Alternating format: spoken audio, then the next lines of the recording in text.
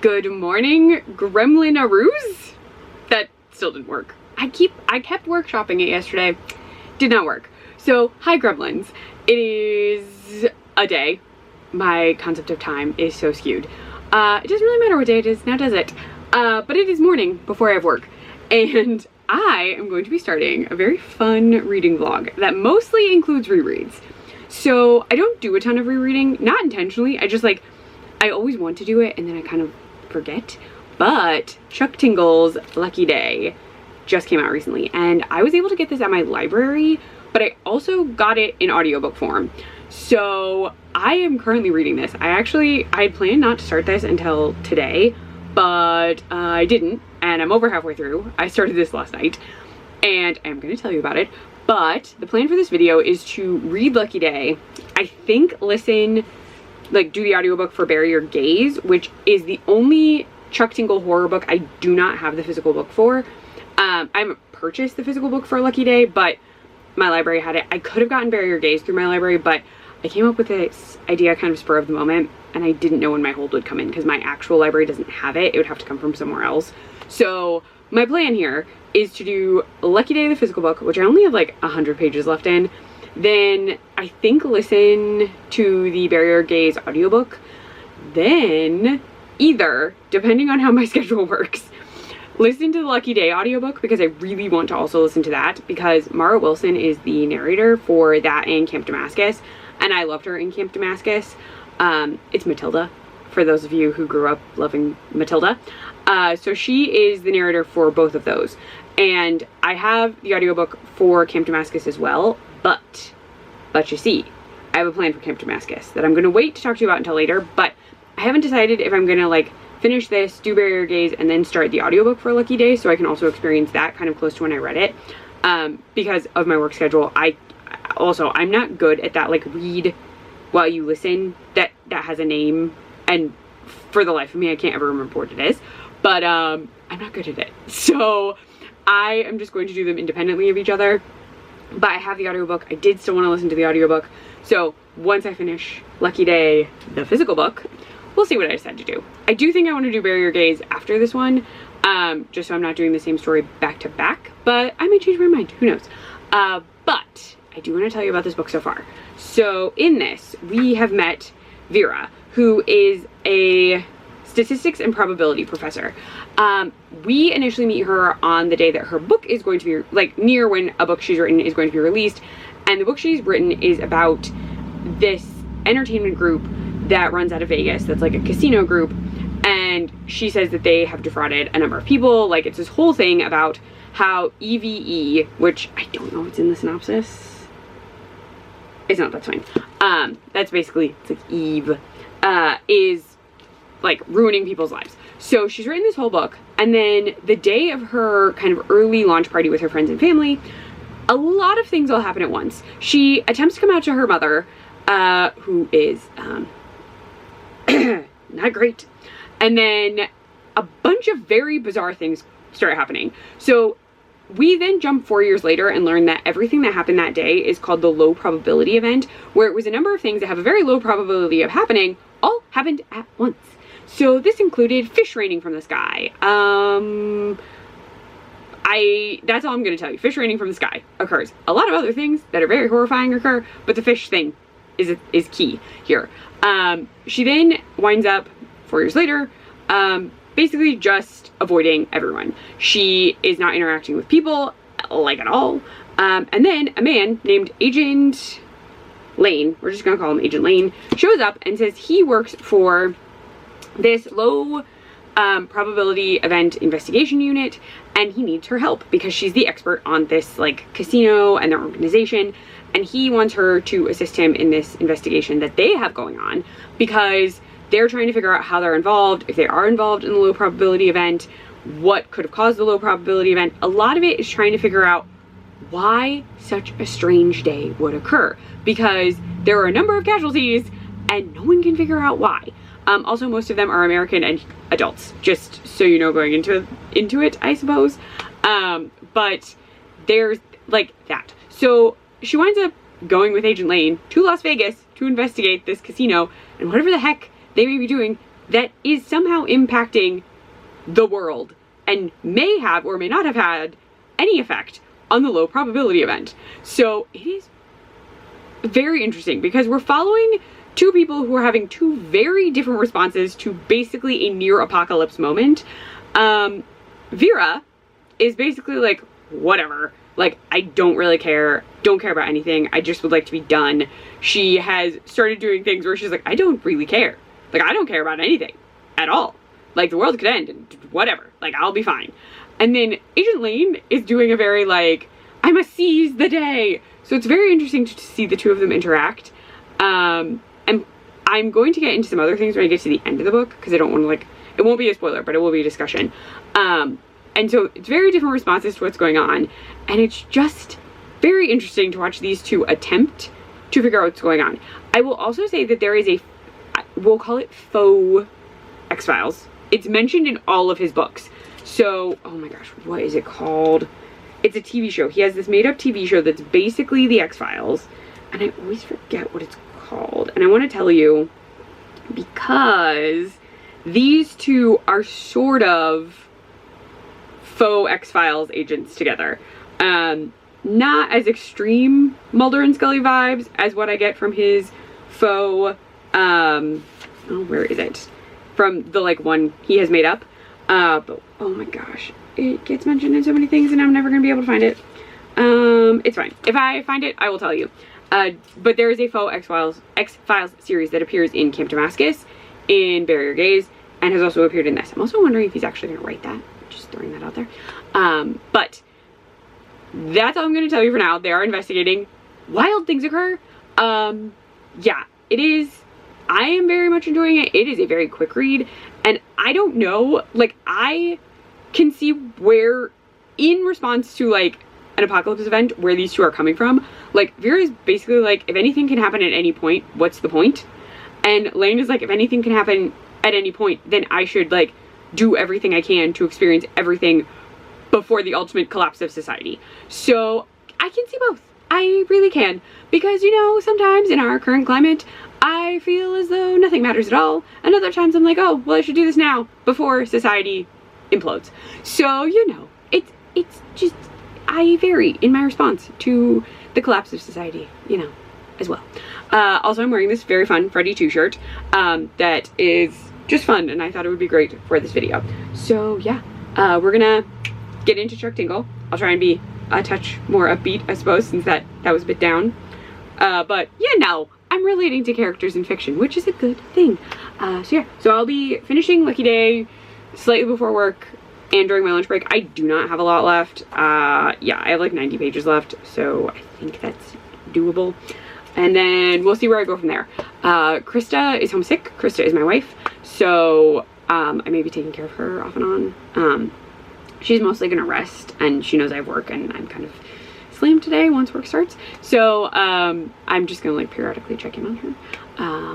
But yeah, so that may slightly change my plans. I don't know. We're just rolling with the Chuck Tingle TBR as I feel like it. There are no rules. There are no rules here, Gremlins. It's do what you like, whenever you like, and hope the fish don't fall from the sky. But I will give you my final thoughts on Chuck Tingle Lucky Day when I finish it. I know this was a long opening clip. Thank you for sticking around. But yeah, get ready for more Chuck Tingle horror. At some point, yes, I will probably read one of his not horror books. And if you have suggestions for those, please let me know in the comments, because his vast plethora of tinglers is a lot. And I can't figure out which one would be a good choice. So if you've read one and you liked one, or you think I'd be interested in one, please put it in the comments. I'll find time to read it somehow. If it's Halloween themed, that would be great. But I'm basically getting decision fatigue when I try and do that. So someone choose for me. Thank you. Put it in the comments. Anyway, I gotta go because work's about to start. I'm going to continue drinking my apple coffee out of my Cheers Queers cup. I love this cup. And I will talk to you when I finish Lucky Day, Gremlins. Hello, Gremlins. So this is during my lunch break, and I just wanted to fill you in because I have finished Lucky Day. And this one, okay, so I feel like Chuck Tingle books secretly veer into cosmic horror in, like, And I'm not going to say how, because in this there are like unlucky events that occur, and we do get into how those are occurring and like what's going on. But I feel like all of his books, in the horror section of books, because I'm not, what was it? There was one that I almost picked. There was like my sentient hot dog girlfriend. Oh shoot, I don't remember the titles. The titles are very clever, but this is for horror. So if you've read any of his books, there's always kind of like a sci-fi element to them, and I am a fan of cosmic horror, which I think is interesting because I'm not always a big fan of straight up sci-fi. Like if we get like some sci-fi, love, not all sci-fi. And I feel like his writing kind of goes, in this one in particular, Books and Lala talked about this, she will say like it's kind of absurdist, and in this the idea of low probability events is absurd. The idea of it is absurd. Now I mean that in the sense like it's not ridiculous, but like an absurd, it's unexpected, it's unplanned, it's humorous while being very dark. What he does in a lot of his plots that I do enjoy, and I do see this carry over the more I read, also the name of that show, which I think is important to note, sorry, I was gonna cough, I knew I was going to, is Dark Encounters, and it's Agent Martin and Agent Peters. Now, what I would like to point out is the use of Dark Encounters as a carryover between all 3 of his books. Like, the series is well known. The series is something people are aware of. It kind of fits the idea that ultimately in his stories, something that you would expect in X-Files could happen or may happen. In Lucky Day, there is a sort of cosmic horror element that does come up. In Camp Damascus, I'll get into that more, there is sort of a cosmic-y horror bit there. And Bury Your Gaze veers into science fiction-y elements that I would still say kind of fit that cosmic thing, but I am going to re-listen, so I'll give you more thoughts, because it's been a minute since I engaged with that book, so I may be stretching a bit. But in Lucky Day, we do get an explanation. The explanation is very curious, and I did enjoy it because it fit something that I like to see in fiction, but I can't tell you what that is without spoiling the book. But this was very interesting. Following Vera was great. I liked Vera. We do see more of Vera's internal struggle with trying to understand how to exist with all of these low probability events surrounding her, because in a sense to her at this point nothing really matters, because whatever you do doesn't seem to matter. But it is very interesting, and I do like the concept of luck and how luck is being discussed. So I did really enjoy this. It is very short, and hardback books are so expensive because, again, I got this from my library, but if I had bought this myself, this was $27.99 for US and then $38.99 UK or Canada. I don't think that's UK, but like that is expensive. This is not a big book. It is hardback though. I have waited for some newer releases to go to paperback just because paperbacks are cheaper, or I'll just get audio if the audio is cheaper for me to get. So this is a hefty little book. Well, pricey little book for how teeny it is. I have no complaints. Again, use your local library because it will help you get books that are very expensive, and you don't have to buy them.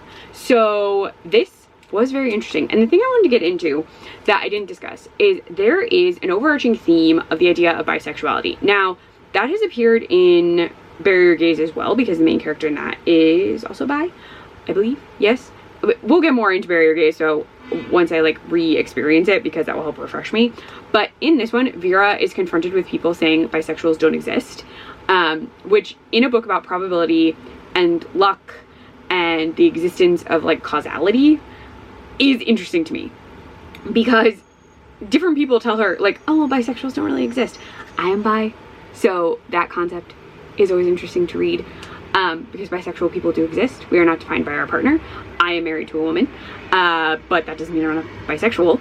I just am in a monogamous relationship with a woman that I'm married to, and I'm not interested in anyone else at this point. But that was because I was going to transition into something else, and then my brain short-circuited because there was a truck outside. There's still a truck outside. But that idea of bisexual is not existing, and it's so frustrating because one character who says it is straight and then another character who says it is gay, and I'm like, you know what, screw the both of you. And I don't feel bad about it. Well, kind of, sort of. So I do appreciate a discussion of bisexuality because Vera does get to really voice, like, I do exist, like, it doesn't matter what you're saying, and that does fit into her larger character development in the book, her idea that she truly does exist, and like, that's not just for her bisexual identity, it's the fact that she as a human being exists and takes up space and what that means. So I really enjoyed this one. I will say it still doesn't beat out Camp Damascus. Camp Damascus is my favorite Chuck Tingle horror book. I love religious horror. I was raised Catholic. Like, it's just so good. So still very good. I did really enjoy Vera. I don't want to compare it to Bury Your Gaze yet because I haven't gotten there, so I may rank them at the end, but no, I always enjoy Chuck Tingle horror. So I did really enjoy this. I do think I may actually do the audiobook for this next, just so I can give you my thoughts on the audiobook while it's still fresh in my mind, because I do want to hear someone describe some of those scenes to me while they're still like very fresh. So I think that's what I'm going to do. I'm going to do the audiobook for Lucky Day and then go from there. But I'll fill you in when I get to it. Also, I wanted to tell you, I think Krista is moving around. She doesn't feel well. So if she comes in, I may shoo her away or I'll stop recording and go say hi. But very quickly, if you're a probability expert, please let me know what the probability is of my wife, a lesbian from upstate New York, going to Vegas and meeting a bisexual woman from Northwestern Ohio, and the two of those people starting a relationship and getting married. Does anyone? We met in Vegas. She actually was born in Vegas, but like I had never been to Vegas before ever in my life. We met at a convention in Vegas and we are now married. But I am curious to know what the probability of that is because it baffles people to no end. And humorously, my parents were also, because we were long distance for a while before we got married, my parents also met. My dad is from Ohio and my mom is from California, and they met because of a mutual friend and were long distance before they got married. So, you know, I don't know what that means. Is that like a thing? Does that mean like my line is destined? Will my dogs or cats, my fur children, fall in love with someone long distance to them? Actually, that did kind of happen already, actually. So my parents had a dog named Bennett. He was adorable. He was very cute. He was obsessed with Lily, who sadly is no longer with us, and was a very, very tall Rottweiler. Like basically looked like a Great Dane. And Bennett was the size of a corgi. He was in love with her. In love with her. They met once. And he tried to do things, even though he was neutered. So, yeah. So I guess I did. My line has achieved long distance love. Wow. So interesting. Anyway, I'm gonna go before I go on another tangent. But if you do know the probability of that, you should let me know. And I will fill you in on my thoughts on the Lucky Day audiobook sometime later today, because I think it would be interesting to listen to it now while I'm like still thinking about it. So yeah, I will talk to you later, gremlins. Not in my office. I'll fill you in somewhere later when I'm not up here, so you get a different visual at least. Hello. So, okay, I know I said you wouldn't be in my office, but please enjoy this little eerie background, whatever. I totally forgot to mention this. So on the front of this, this was the one thing that threw me off with this. The reviews in the back totally make sense. It's CJ Lead and Olivia Blake, and I knew that they had done blurbs for this particular book, but what's odd to me is on the front it says A Scream and the New York Times on Bury Your Gaze. So this little blurb right here isn't for this book. I'm sure that's happened before, but I've just like never noticed it, and I was like, oh, that's so strange. So I just thought I would say something. I do enjoy this. I think if you liked Bury Your Gaze, you would like this, but still odd to me that you would do a blurb like the poll quote for Bury Your Gaze. But I guess maybe like early reviews didn't come in on time and this went to publishing fast. I don't know. If you know why that's like that, I'm just curious. I have no complaints. I just think it's curious it's for his other book. Anyway, gotta go. That was just a quick aside. And now you're gonna go really weird angle. Bye for now, gremlins. Talk to you about the audiobook later. Just reflexive. Connection is what we're built for. And while this assertion may sound spiritual at its core, it doesn't have to be. Whether a patch of mold crawling over tile or a pack of hairless apes starting a fire, biological organisms thrive by working together. Hello. Hi, gremlins. I have a very needy cat this morning. So this is Binks. He is very fluffy. He'll let me pick him up. He's very fluffy. He's like 20 pounds. 20, 25. He's a Maine Coon mix and he's enormous. And he really wanted to be on the counter. So I'm gonna hold you he's fine with this. I mostly don't want him to knock you over or the iced coffee that I'm sort of straining in the sink. So I made iced coffee yesterday. Hi, can I put you down? Hold on. There you go. I made iced coffee yesterday. Like, I prepped all of it. So it is apple flavored coffee. Oh, that's the other thing I gotta do. I didn't take my medicine this morning. Oh my gosh. But it is, I'm gonna do that right after this. I almost never forget, and I just realized that I didn't take it. Oh my gosh. But I made apple flavored coffee yesterday. It's Joffrey's, it's the Snow White blend. Krista got it for me solely because I like apples. And I was finishing off what I had left of it for iced coffee. So I'm like using a regular, like, reusable standard coffee filter, the kind you put in a regular, like, 12-cup coffee pot. And I have that sitting on top of a cup, and I'm like pouring the coffee into that so it strains out the grounds. I did listen to all of the audiobook for Lucky Day. So it is so interesting to listen to the audiobook right after finishing it, because I like never do that. His tail is gonna hate you. Okay, I'll just pick you up again. Hi. Okay, hello. Hi.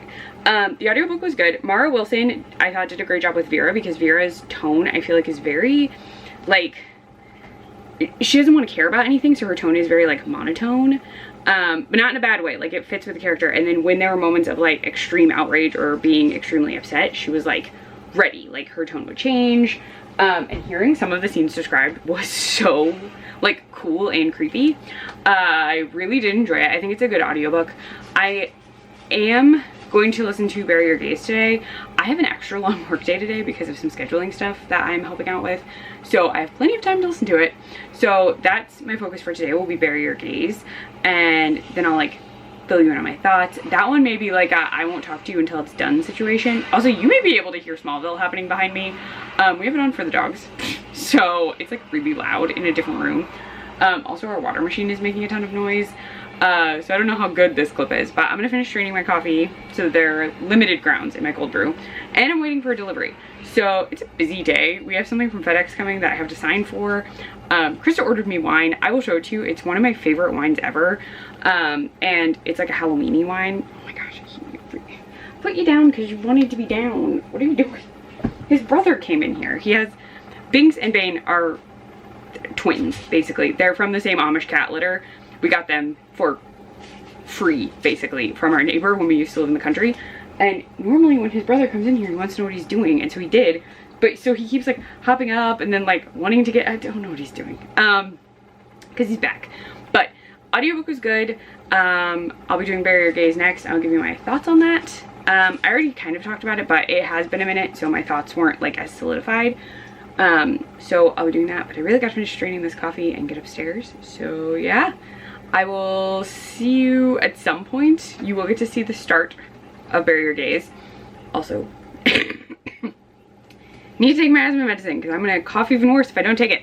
So I gotta go do that. But that's the stuff. Getting coffee, gotta go upstairs, gotta take my medicine, gotta keep an ear out for FedEx. So many things, Gremlins. I kind of wish you could, like, remind me of these things, or Binks could remind me of these things. Can you tell me when the stuff, can you remind me? Can you help? But I gotta go. So audiobook was good. It was cool to hear those scenes. I thought Mara Wilson did a good job with Vera. And yeah, so I will talk to you later, Gremlins, when I have thoughts on Bury Your Gaze, but also you'll get to see Bury Your Gaze. So talk to you later, Gremlins. Bury Your Gaze by Chuck Tingle. Read by Andre Santana, Charlie Jane Anders, CJ Lead, Georgia Bird, Liz Karen, Marco Shiro, Mara Wilson, Sarah Gailey, Stephen Graham Jones, T. Kingfisher, and TJ Kloon.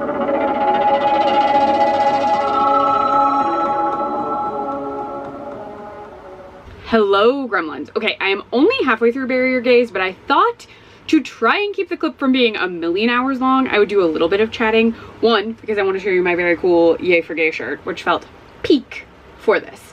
I'm also drinking my iced coffee out of this very fun Marvel's cup. So watch, it lights up. Ta-da! I acknowledge, Carol Danvers is not gay canonically, but I don't care. She raised a child with her best friend, who was also single. So I'm just saying, like, be like they were a couple. Anyway, I also had a headcanon for Monica, the woman that Carol Danvers helped raise, and Darcy in WandaVision. I would dress like Darcy in, like, a Disney bound-esque thing.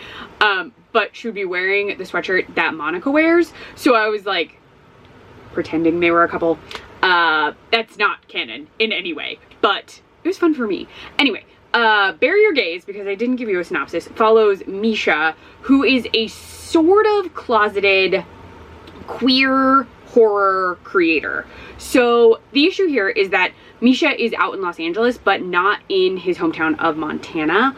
And like says like, oh, well, I'll tell people if they ask, but like, I'm not like out to everyone. And like, his family has met his boyfriend Zeke, who is a very out bi man. But they were set up as like friends. So I don't know why they're all barking. Of course they're barking because I'm trying to film this clip, but I don't know why they're barking. We already got the delivery. The FedEx box came. So I signed for the wine. Everything is fine. Sorry, this is a tangent, but they are barking so much. So I'm just telling you, I got the box. But they're together. There's all of that. This is just a setup of characters for you. And then Misha has a best friend named Tara, who is Arrow Ace, which is incredible because there's not a lot of Ace, let alone Arrow Ace representation in media. So they all live in Los Angeles together. There is a discussion of a reunion. We do get that in the book. Just throwing it out there because Misha does wind up going briefly back to Montana. But the story itself focuses on Misha, who's been told that he has to bury the gays on his show. He writes sort of like it seems like a horror-ish show, but he has two like agents, Agent Naomi and Agent Lexa. And it sounds like the show is inspired by that faux X-Files show that I had previously mentioned. He loved that show as a child, was very upset when he was kind of queer-baited with the two main characters.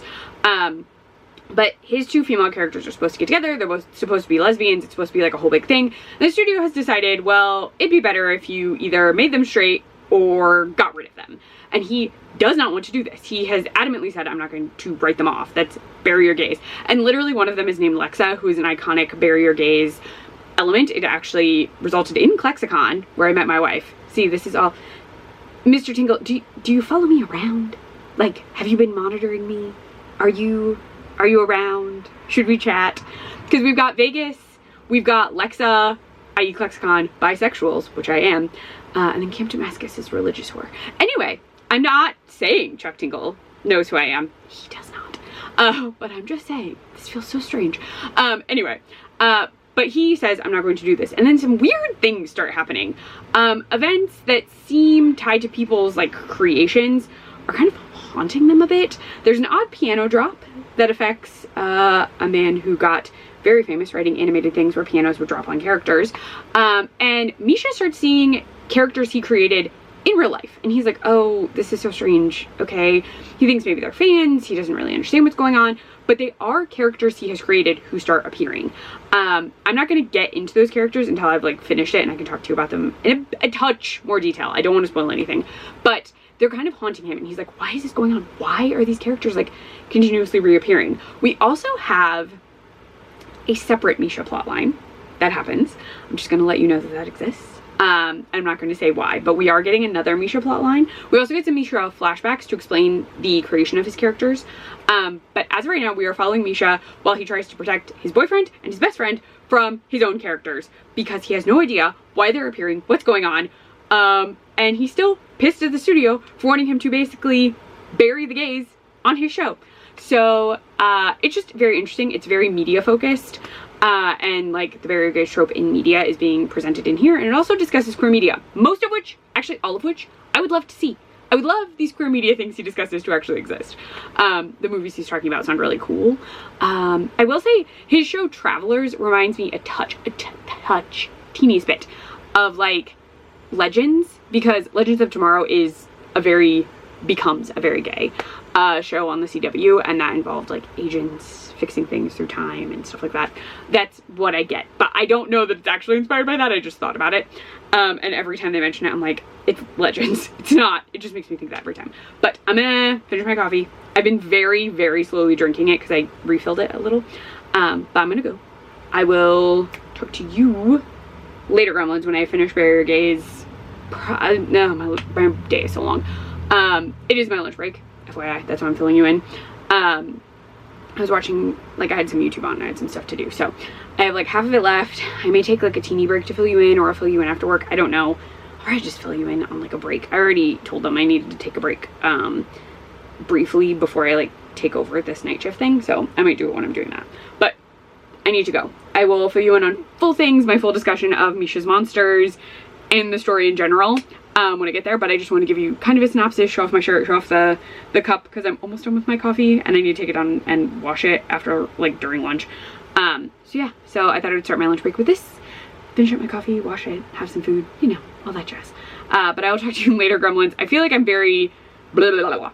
It's a weird day. So I'm just like kind of thrown by like my schedule's kind of weird, stuff like that. Oh, I did remember to take my medicine.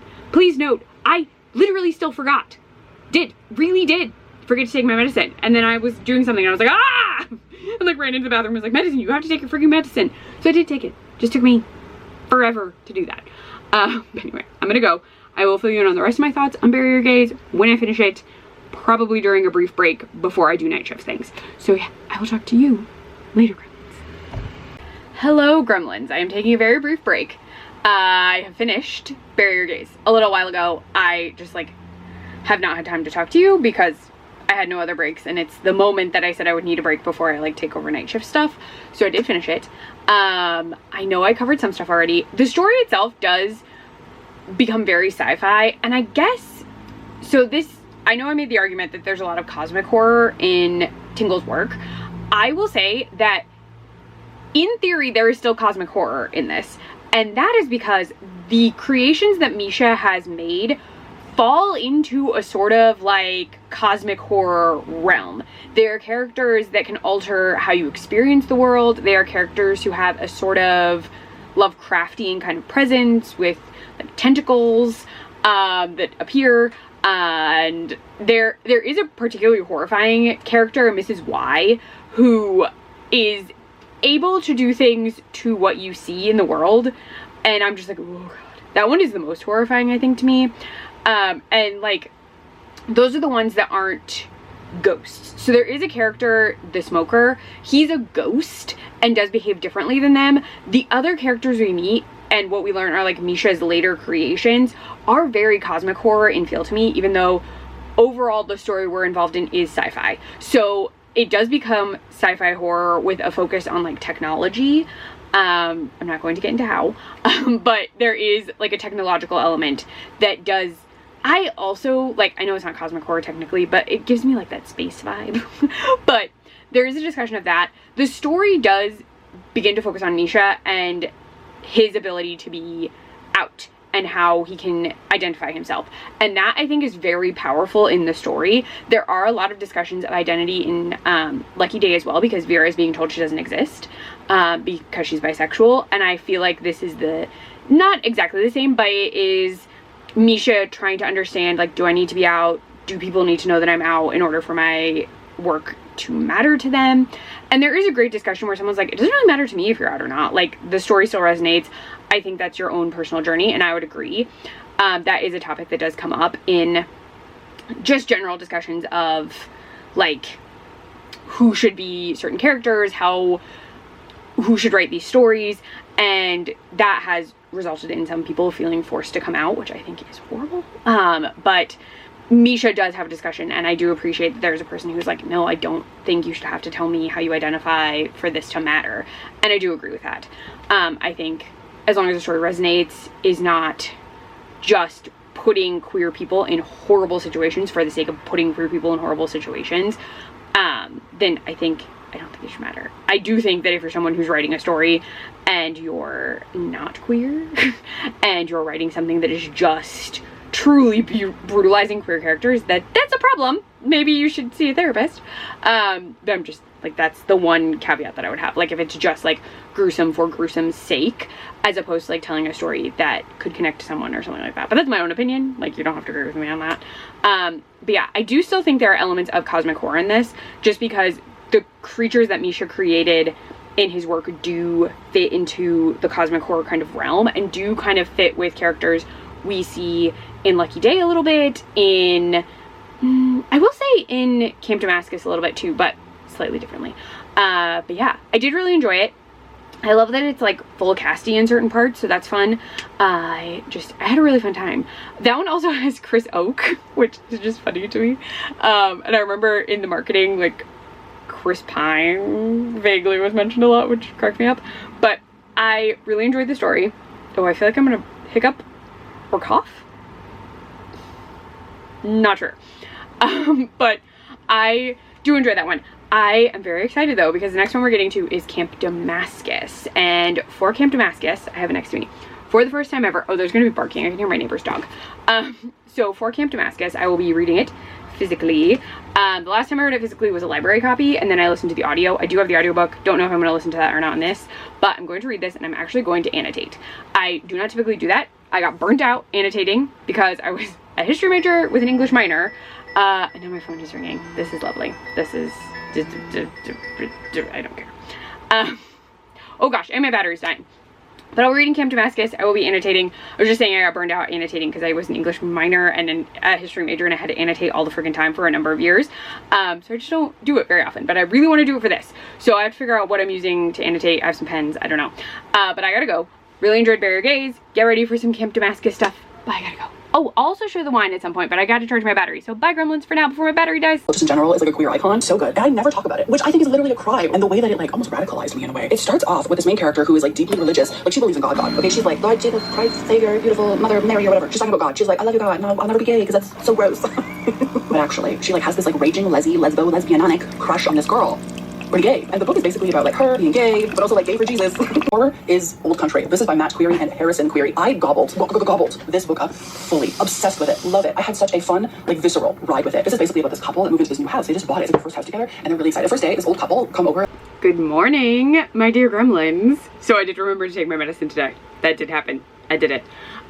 Just in case you were worried. But I didn't actually read anything last night. I was so fried after my like extra long work day.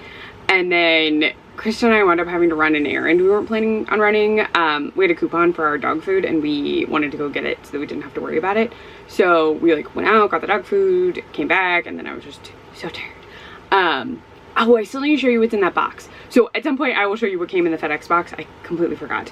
But you just saw me make coffee, and Jordaline just like so conveniently happened to be talking about Camp Damascus while I was making coffee, and it was perfect timing, like perfect. But I am rereading this. I will probably reread during my lunch. My workday is about to start, so I don't know if I'll have a ton of time. And for my annotation, I will be using this neon orange gel pen that I got in a blind date with a book from the Long Story Short mobile bookstore. I think this one came with the last one that I got, The Extraordinaries, the like YA queer book, so that works out nicely. And oddly enough, TJ Klune, who wrote that, I think it's called The Extraordinaries, was a voice in the audiobook for Bury Your Gaze, which I completely forgot. Also, I'm not getting into that. I wound up doing a ton of like TJ Klune research because I was like, I've never read anything and I didn't know TJ Klune wrote like books about queer teens. And I'm not reading House in the Cerulean Sea. Besides the fact that I'm not very into that, like, I have read a number of like mystical school things. I just like, it's not a book that had ever like intrigued me. And I was like, oh, there's like a whole thing online about it. I'm not going to get into it because I'm not reading that in here, but just I was like, oh, okay. Anyway, wild tangent. I haven't had much of my coffee yet, so my brain is very like, woo. I also have these little pink tabs. I don't know if I'm going to use these or not. They came with my first book, which was We Love to Entertain, which my mom has right now because I loaned it to her.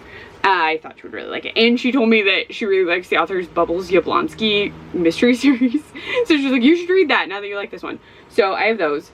I just thought this looked really, I'm going to hold it up to the cover. I had a red pen too, but this one just like went with the cover so well. I thought I would do it. Again, I don't annotate very often anymore. I annotated so much for like 6 years of my life that it was just exhausting. And I haven't done it since then because I had to do it so much. I would run out of post-it notes and have to rip the like big pads into pieces to mark pages. I just so much of it. And I got so burned out doing it. But yeah, so there's that. I will be reading Camp Damascus. Jordaline already described the book to you, so I'm not going to do that. because she already did, in a very fun way. But yeah, I'll be reading that for a little while. I may do the audiobook too, just depending on like how long it takes me to get through this with annotating. And then yeah, so Camp Damascus will be the last Chuck Tingle book we discuss in here. I also think I maybe found a Halloween Chuck Tingle sentient object kind of romancy thing for Halloween, I think, because one of the prompts that I picked for Halloween-a-thon, which I'll explain in more detail when we actually get there, was like read something out of your comfort zone. And so I was like, oh, that would work perfectly. I just have to actually get it. So I'm just putting that off because it's not October yet. But yeah, so I think that's it. Oh, and check out my lovely cup. This is from, I don't even know where anymore. Possibly Joann's, actually. God bless Joann's. Yes, I had the S. I don't know what to tell you. Taking a sip. I did put that pumpkin cream stuff in, but for hot coffee, it like melts really fast, which is fine. I'm just having like a cinnamon coffee. I'm prepping my coffee stuff for fall though, so I'm very excited. But I gotta go. Also wearing this fun Beetlejuice shirt today. Fun fact, before I end this clip, I know I'm all over the place. I love Beetlejuice the musical so much. Krista and I saw it on Broadway. We saw it touring, and I love that musical. I love it more than the actual like movie, either movie. And I also love the animated show. So anytime I'm wearing Beetlejuice stuff, it's in reference to the animated show that I grew up with, because I was obsessed with that and I watched it as a kid so much. And then when I actually saw the Beetlejuice movie, I was so confused as to why Lydia and Beetlejuice were not friends. Like I was like, aren't they best friends? Like Beetlejuice is her best friend. And I was like watching the movie and I was like, they're not best friends. What is happening? So that's why I like the musical, because that is actually included in there. And also the musical is very gay. But I'm wearing this like random crop top. I think this is from Walmart actually. But yeah, so Beetlejuice equals gay in my brain. So yeah, but I'm gonna go start my day, drink coffee, so I'm a more logical person. I'm like ping ponging all over the place and I can tell. I think it's because I'm tired and I know today is also going to be very busy. So I'm just kind of like, ugh. But I will talk to you when I can, possibly during lunch. I don't know. It just depends on my schedule today. I feel like it's gonna be a weird day, but I'll talk to you later, gremlins. Also, I will write a note to myself somewhere to show you what's in the box, because it's very fun. I will tell you it's very fun wine. So the delivery I had to sign for yesterday is a box of wine, and we don't normally order big boxes of wine, but I have a particular wine that I love to drink in the fall, and I did not know that we could even get a hold of it in New York, because I had only ever seen it when I lived in Ohio, and I would buy it all the time, but it's never in store in New York. And Krista found a place that like has it in New York that ships it, so I will show it to you. It's incredible. I drank it when we were watching Agatha all along last year. It's just so good. But there are 3 versions, which I didn't know. So, well, didn't know last year, but there are 3 versions of it. It's very fun. I will show it to you before the end of the day today. But I gotta go. I think I'm just putting off doing stuff because it's getting closer and closer to when I have to start work. Okay, I gotta go. I will talk to you later, gremlins. Hello, gremlins. I have inhaled a Mexican pizza from Taco Bell. So yesterday, because my day was like, oh gosh, so I didn't really get into this, but like the day yesterday was exhausting. There was like a weird rush of stuff happening for like an hour where everything was just like seemingly unbridled chaos, and I was just exhausted. And then I still had to work 4 more hours like once it calmed down, so I was just like frazzled and tired and my brain felt like mush. So Krista asked what I wanted for dinner, and I was like, oh, I don't even, like, I can't make a decision, like, just bring me whatever. And she brought me Taco Bell, because when I'm stressed out, I like Taco Bell. So I had Taco Bell for dinner yesterday, and then she bought extra Taco Bell, like she bought a Mexican pizza. She was like, oh, I got this for you too, but I was pretty full from what I ate, so I was like, oh, I'll save it for lunch.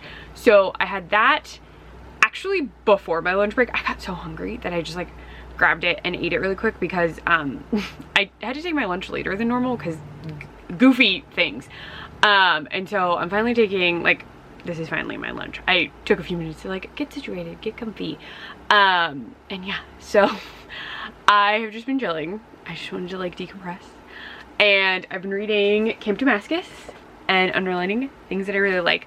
So I absolutely love this book, like so much.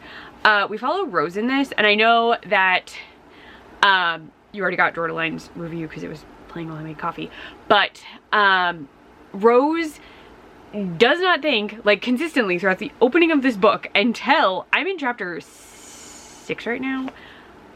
Up until chapter 6, Rose does not think she's gay. She has no inclination that she's gay. She does not think that she could be gay. She's also 20 years old, which is interesting because if you're reading this, she will feel a lot younger. And I do remember someone saying that they felt like this read as YA instead of adult. And I think that's intentional. So as someone who was raised well, not very religious. I was raised Catholic, but I knew people who were raised very religious or were incredibly Catholic. And sometimes that very religious, sheltered upbringing results in you acting younger than you actually are because you haven't been able to really firm up your own identity. You don't really have your own opinions of the world, and you may not even know how to do certain things. I also feel like that is more true in certain religions for women because they really emphasize domesticity, and in being the perfect wife, the perfect mother, you don't need to know how to do certain things, which is what they want Rose to do. They just want Rose to be ready to start a family. Because she's 20. They're like, oh, you'll get with a guy soon. You'll start a family soon. I know we've been pretty strict about you dating before, but you're definitely gonna get with a guy. And she's like, okay, yeah, whatever. Like, that is the interesting part. While she's like, I will say, I do relate to this. So when I was growing up, I was very like, about dating, being with anyone. I did casually date some guys, but it was kind of like, oh, okay, like, cool, we're hanging out. And then, like, until I realized, because admittedly, I also did not realize, much like Rose, that I was queer. Like, I just, like, kind of did. Like, sometimes you're like, oh, maybe I like women. Maybe I only like women. Maybe I like men and women. Maybe I'm not attracted to anyone. Like, it was all over the place when I was growing up. And so that's how I feel like, oh, and by growing up, I mean, like, I was a, like, older teenager at this point. And then I didn't even come out until I was 26. Yeah, I was 26 when I finally was like, okay, I am very definitely, like, into women, also would date men. Now that I am older, I have more opinions on that, in that I don't think I ever would have married a man. Even though I am bisexual, I acknowledge that, like, some men are attractive and whatever. Like, I could have possibly been in a relationship with a man, but I don't know that I ever would have been married to one. I don't know. I'm married to my wife, so that's really all that matters. I'm in love with Krista. I would love Krista whatever way, shape, or form she was in. So regardless of whether she remained the Krista I know her, or transitioned, or identified differently, I would still love her and want her to be my wife, or spouse, or partner, however she chose to identify, should that happen. She has not mentioned any inclination that she's not comfortable as herself. She's just a woman who's a lesbian. I'm just saying, for example, I would love her regardless. Oh gosh, I'm gonna start coughing. So I feel like that's the important part here. But continuing, I feel like sometimes when you are raised in an environment where, like, queer identities aren't really discussed, much like with Rose, you might just think you're not attracted to anyone. And the Catholic Church, and I'm sure their church, really emphasizes you don't have sex till you get married. So what does it matter? Like, you're just not supposed to have sexual feelings until you're already married. So I just think that's interesting. But I do understand, because she is 20. They do identify that she is 20, but they say that she is finishing high school and that you, like, take 2 years off in their school to, like, do special religious teachings. So I can see where she would read younger, but also as someone who knew, like, religious people, was, like, around people who were raised Catholic in different families than I was, I get that. Like, I met some people that I knew from church who were my age or younger, and, like, they would hit a certain age and I'm like, how do you exist? Like, how? Wow. So I just think it's very plausible to me that she would seem younger because of how she's been raised. And also, as someone who has read this before, things have occurred to Rose that would, I feel like, definitely alter how you act. Like, who knows what some of this stuff has done to her. I'm not going to get into details because I don't want to spoil this for you, but just know, Camp Damascus is a conversion camp. And this is a horror book. So please put that together for yourselves. I don't want to spoil it, but, like, the whole, it's horror at a conversion camp, kind of. We're like building up to that point, but it is mentioned on the back that like Camp Damascus is the most effective gay conversion camp in the country, and like that's on the back of the book. So just keep that in mind. But I adore this book so much. Like I would probably reread this again. I'm even half tempted to put the audiobook on when I finish it today, though I may put on some YouTube. I haven't decided, but I'm gonna, when I can, continue going through this. I don't really have that much lunch time left now. I was tired and I just need to break. So yeah, so I've just been reading, chilling. The orange marker like the orange pen looks so fun with this. I'm really enjoying this color combination for myself. But anyway, I'm gonna go. I think I have a couple minutes I have water. I might grab something else to drink, like a soda or something. I don't know. But yeah, so I thought I would fill you in on things. Yeah, because I mentioned the wine and errand running, and I didn't mention Taco Bell in my other clip. But I think that's it. I think we might be going out to dinner. Krista actually did not come home for lunch. She and someone from her work were like doing something, and so they grabbed sandwiches. But I think Krista wants, we were talking about going out to eat, so we might go out to eat tonight, because we were gonna do a date night tomorrow, and we were debating. I think we're going out tonight instead, so that we can stay in on Saturday and Sunday is the plan. But I will keep you updated. I don't know, like, I can't listen to the audiobook while we're watching stuff, so I don't know. I don't know how it's gonna go. I may put on the audiobook. I truly have not decided. Because I don't know. But yeah, but I feel like I'm gonna cough, so I'm gonna go, possibly grab something else to drink, for the rest of my workday, because I have a lot of work left. Well, actually I don't have as much as I did last time I went to lunch.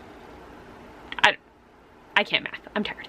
But yeah, I will talk to you later, gremlins. I will not have finished Camp Damascus anytime soon, and I'm not taking you to dinner because I think we're going to Longhorn. It's very dark in there, so you wouldn't really see anything.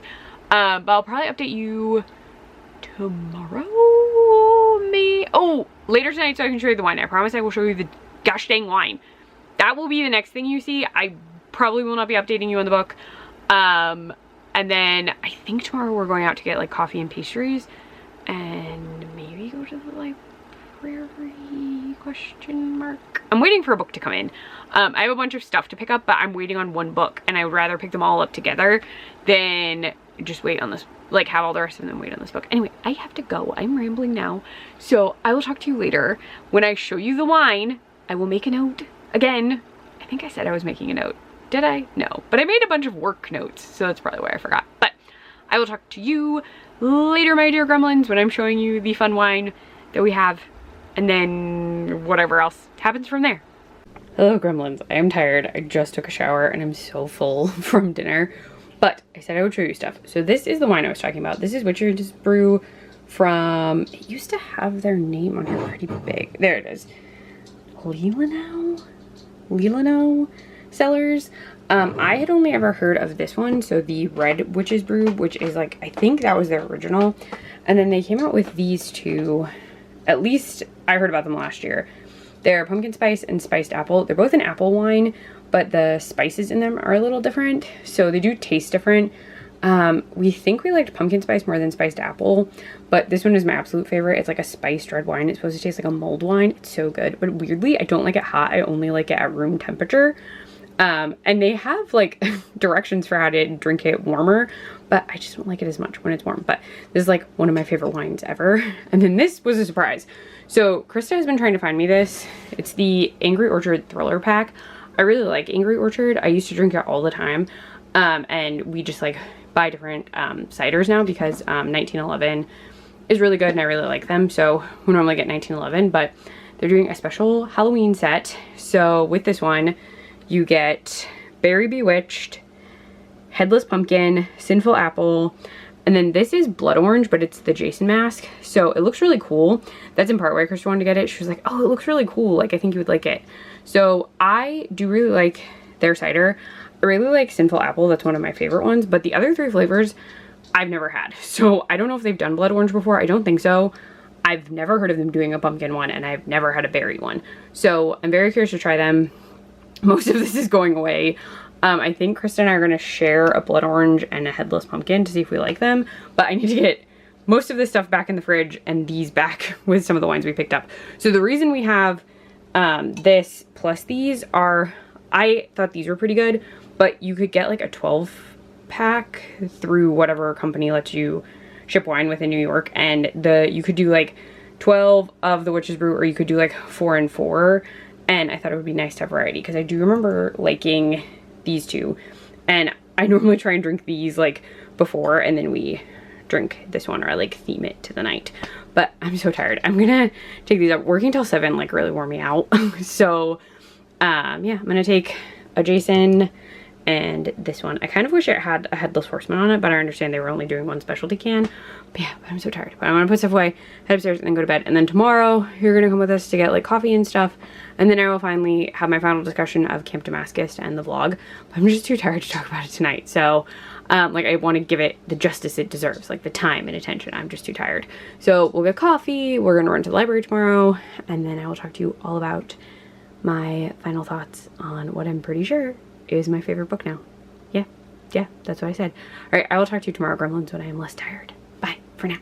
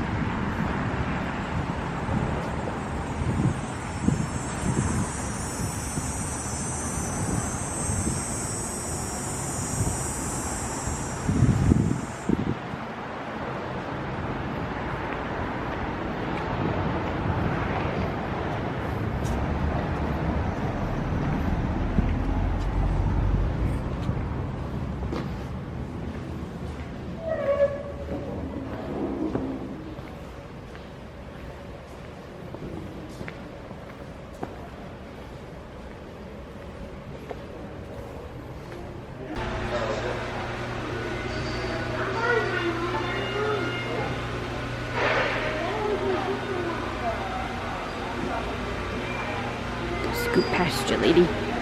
Excuse me.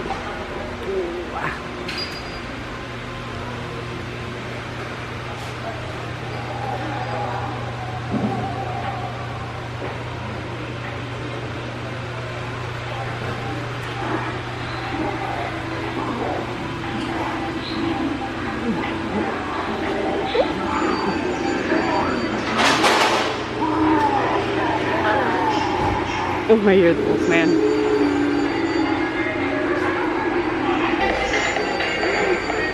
Hello, Gremlins. We are in the car. It has been some time. I've had 3 hours. It's been 3 hours. Yeah. I've had most of my lavender haze, lavender blueberry nitro cold brew from Chrissy Beans. That's what you saw. Also went to the library and picked up books. I might show you those later. They're not for this vlog. They're for like future Halloween-a-thon stuff. We're at Spirit, which may or may not be open, so I'm gonna go try the door and then report back. If it's open, you'll just see Spirit Halloween stuff. If it's not open, I don't know what you'll see. I haven't decided. But we're getting very hungry. So we've been doing a bunch of stuff. We drove a lot of places to talk to people about pellet stoves. It's a whole thing. And then you saw Lowe's, because we went there too. But yeah, let's go see if Spirit Halloween is open. So I'll be back. And upon further review, not open. So we really need to go get lunch, as we have not eaten. We each had a donut a long time ago, because we ate those before we even started doing stuff. But yeah, so not open yet. Oh well, it'll be in a video eventually. It says it opens in August, so maybe it's opening next week. Why don't you just go and then they can tell you what date that they're opening? But you can't get in. Maybe you can. I would bet you can't. Won't know until you try. I'll go. There's a sign up. This isn't not open yet. I will go look, but I don't think the doors will open. All right, I'm gonna go, but we're gonna get food. And then I will eventually close out this vlog with my final thoughts on Camp Damascus and the Chuck Tingle horror books. So I'll talk to you later today, Gremlins. Probably in my office, because it'll be the easiest place to set you up. Hello, Gremlins. If you hear weird noises, there's a cat trying to break into the office. But I am here to close out the Chuck Tingle horror vlog. So I did finish Camp Damascus. I have tabbed. I have annotated. You can kind of see. I'm trying not to like spoil this. Also, me flipping the pages is messing with the lighting for my camera. Like some annotating and some nice orange. I absolutely loved reading this again. I have determined that Camp Damascus is my favorite book, probably of all time, because as soon as I finished it, I wanted to read it again. And yeah, like physically, I just wanted to like go back to the beginning and read it again. So Camp Damascus is officially my favorite book of all time. So in Camp Damascus, I already talked about this because I did a little bit of a recappy thing. I had Jordaline's little clip just because it was so convenient and like well timed. I was so surprised. But I finished it and have thoughts about like Tingle horror in general, like all 3 books. There are references to both of the other books in this. There are mentions of Misha's productions, so things Misha has made that are revealed in Bury Your Gaze, and the casino from Lucky Day is in this. So they're all in the same universe, so they all reference each other in some capacity. And then on top of that, all of the stories I feel like are stories of identity with horror in them. So in Camp Damascus, Rose literally does not know she's gay because of what has occurred. And then she's slowly coming again to the realization she is a gay woman. And then she does eventually, by the end of it, kind of have, I don't want to say like a second coming out, but there is like a coming out aspect to that. So a lot of it is about like finding and embracing your identity. That also occurs in Bury Your Gaze with Misha. And in Vera's story in Unlucky Day, she is out, but then she kind of just like goes into herself to avoid the apocalypse, but she is very consistently saying I exist to people and forces around her. So I still think that it is about existence, being yourself, being out in the best way you can be. Misha does actually like come out in his story as well. So all of the characters are having coming out moments, are becoming very visible in their identities, which I think is really important. And just like really well done storytelling because it all happens in different ways. Also Misha, sorry, I believe Misha is from Montana and this entire book is set in Montana. So I'm just throwing that out there because yeah, it even says that too on the back, doesn't it? Oh, it just says in the country. But yeah, this is, I'm wondering if he's from the same area because that would be an interesting like tie-in. So yeah, I had an incredible time experiencing all of these. I really enjoyed Lucky Day. Camp Damascus still remains my favorite, but again, I have just come to the realization, Gremlins, that it's my favorite book. So of course it's going to win. So I did really enjoy the new one, Lucky Day. I liked that story. I liked Vera a lot. And I do really enjoy Bury Your Gaze. That one is more a discussion of media, and that's interesting to me. Camp Damascus is very much religious and like discussing religion and how it is used, presented, retooled for people to use in ways that can be dangerous. And then Lucky Day is about relationships, existence, but it does also kind of look at how businesses aren't really looking out for, they're just looking out for themselves. Businesses care about businesses and they don't care about the people who go there or take part in whatever they're presenting. So I do think all of that is very interesting. There are like real world things that are being discussed within each of the stories, and then the horror in them is creepy. I will say, even though Bury Your Gaze it is still science fiction, it's not as cosmic. There are cosmic characters, and Camp Damascus is definitely cosmic horror, and so is Lucky Day. So that's also interesting because Camp Damascus and Lucky Day both have female protagonists, whereas Bury Your Gaze has a male protagonist, and like it's just interesting to me. Especially because something that's described in Lucky Day that is part of the like cosmic horror is slightly reminiscent to something that is described in Camp Damascus. I'm not going to tell you because it will spoil stuff, but they are similar to each other, but it's also like Vera's perception of the thing. So that's what's interesting to me too. But there are similarities in the like horror-y things. So, oh, the lamb that is in Bury Your Gaze is a touch similar to a creature that exists in Lucky Day too. So yeah, I just really enjoyed all of them. I am going to read for Halloween-a-thon. I am definitely going to read a Chuck Tingle that is not horror. I'm gonna do it. I will pick one. I think I have it narrowed down. I think I have one that I'm gonna do unless I change my mind. There's just so many of them. It's like I get decision fatigue and I literally am like, what one would I even pick?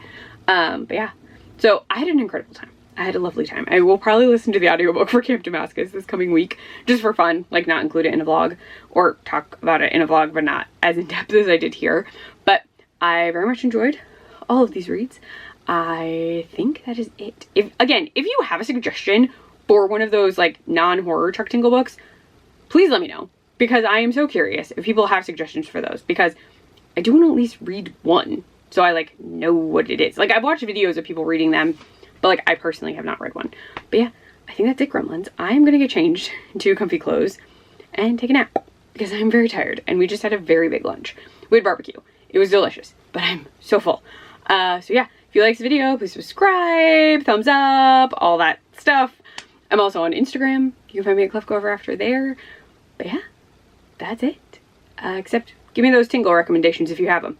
So that's the end of the video. I will see you in the next one, Gremlins.